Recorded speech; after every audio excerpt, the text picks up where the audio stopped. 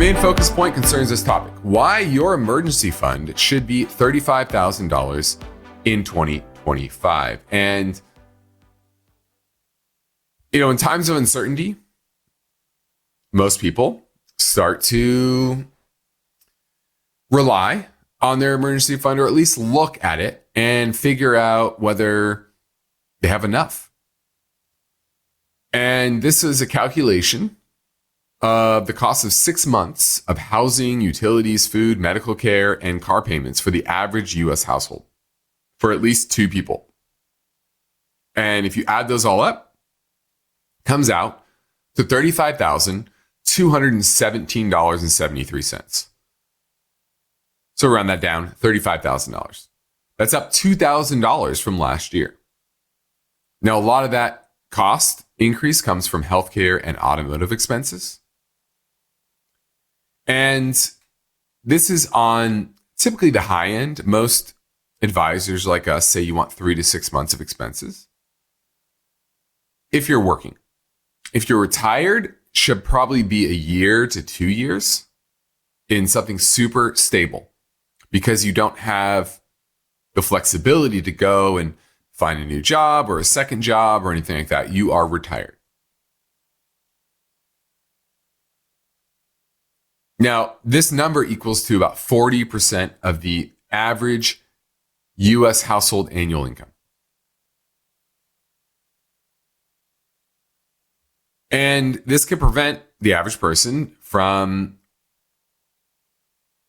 making rash decisions, especially with their investments during rougher times.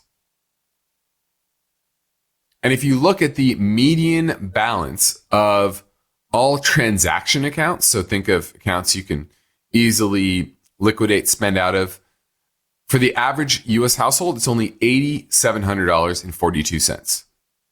That's the median. Only enough to cover about a month and a half of expenses for the average American household.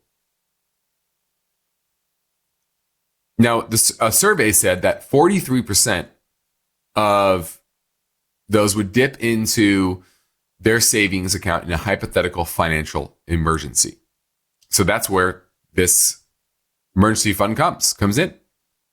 But the question is it enough, right? And that's what this is calculating. So 35 to me is kind of the base number.